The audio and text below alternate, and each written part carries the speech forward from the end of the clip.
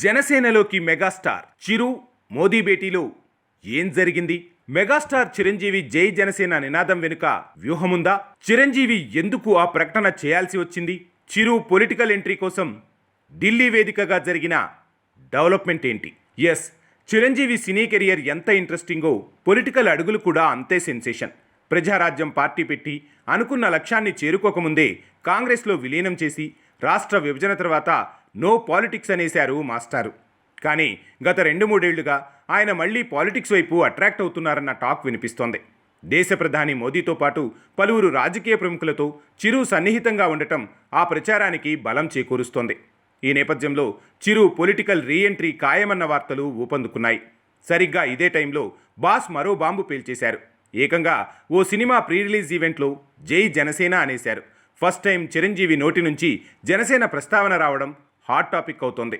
ఫ్యాన్స్తో కలిపి చిరు వాయిస్ వినిపించారా లేక ఫ్లోలో మాట్లాడేశారో తెలియదు, కానీ చిరు నోట జనసేన మాట రావడం మాత్రం అటు సినీ ఇటు పొలిటికల్ సర్కిల్స్లో ఇంట్రెస్టింగ్ టాపిక్గా మారింది.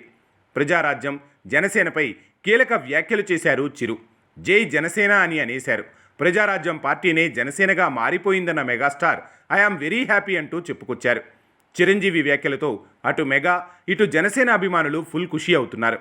మెగాస్టార్ కమెంట్స్ మాత్రం పొలిటికల్గా చర్చనీయాంశమయ్యాయి.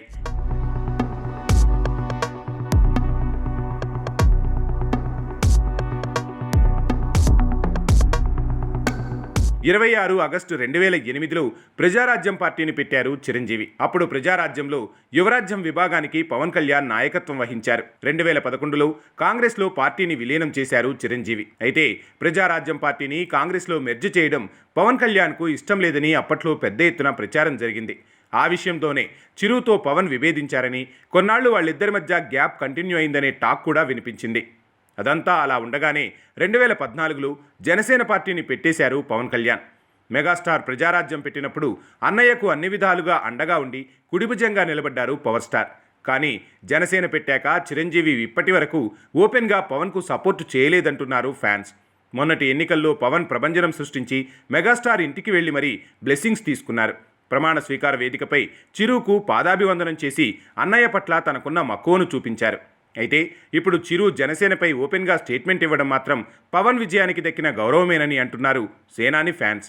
ప్రజారాజ్యం పార్టీతోనే పవన్ పొలిటికల్ ఎంట్రీ స్టార్ట్ అయింది కాబట్టి ప్రజారాజ్యమే జనసేనగా మారిందని చిరు కమెంట్ చేసి ఉండొచ్చు.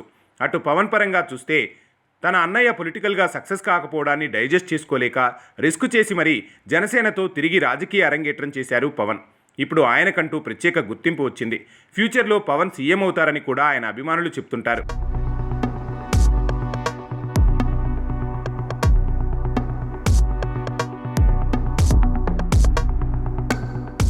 అయితే పవన్ రాజకీయాల్లో కసిగా పనిచేయడానికి ప్రజారాజ్యం తర్వాత చిరంజీవికి జరిగిన అన్యాయమేనన్న చర్చ జరుగుతోంది. కొంతకాలంగా మెగాస్టార్ చిరంజీవిని మళ్లీ పొలిటికల్ స్క్రీన్ మీదకు తీసుకొచ్చే ప్రయత్నం జరుగుతోందట. చిరు సేవలను వాడుకోవాలని బీజేపీ చూస్తుంటే ఇదే అదునుగా అన్నయ్య పొలిటికల్ స్క్రీన్ మీద చూడాలని తమ్ముడు ఆశపడుతున్నారట. ఈ మధ్య ఢిల్లీలో జరిగిన సంక్రాంతి వేడుకల్లో ప్రధాని మోదీతో కలిసి పాల్గొన్నారు చిరు. అందరిలో ఒకడిలా కాకుండా చిరుకు ప్రత్యేక గౌరవం దక్కడంపైన ఇంట్రెస్టింగ్ చర్చ జరిగింది. ఈ నేపథ్యంలోనే ఈ మధ్య ఢిల్లీ వేదికగా చాలా డెవలప్మెంట్స్ జరిగాయని అంటున్నారు. అందులో భాగంగానే చిరంజీవిని బీజేపీ రాజ్యసభకు పంపబోతోందన్న టాక్ వినిపించింది. విజయసాయిరెడ్డి రాజీనామాతో ఖాళీ అయిన రాజ్యసభ సీటును తమకు కేటాయించాలని కోరుతున్నారట పవన్.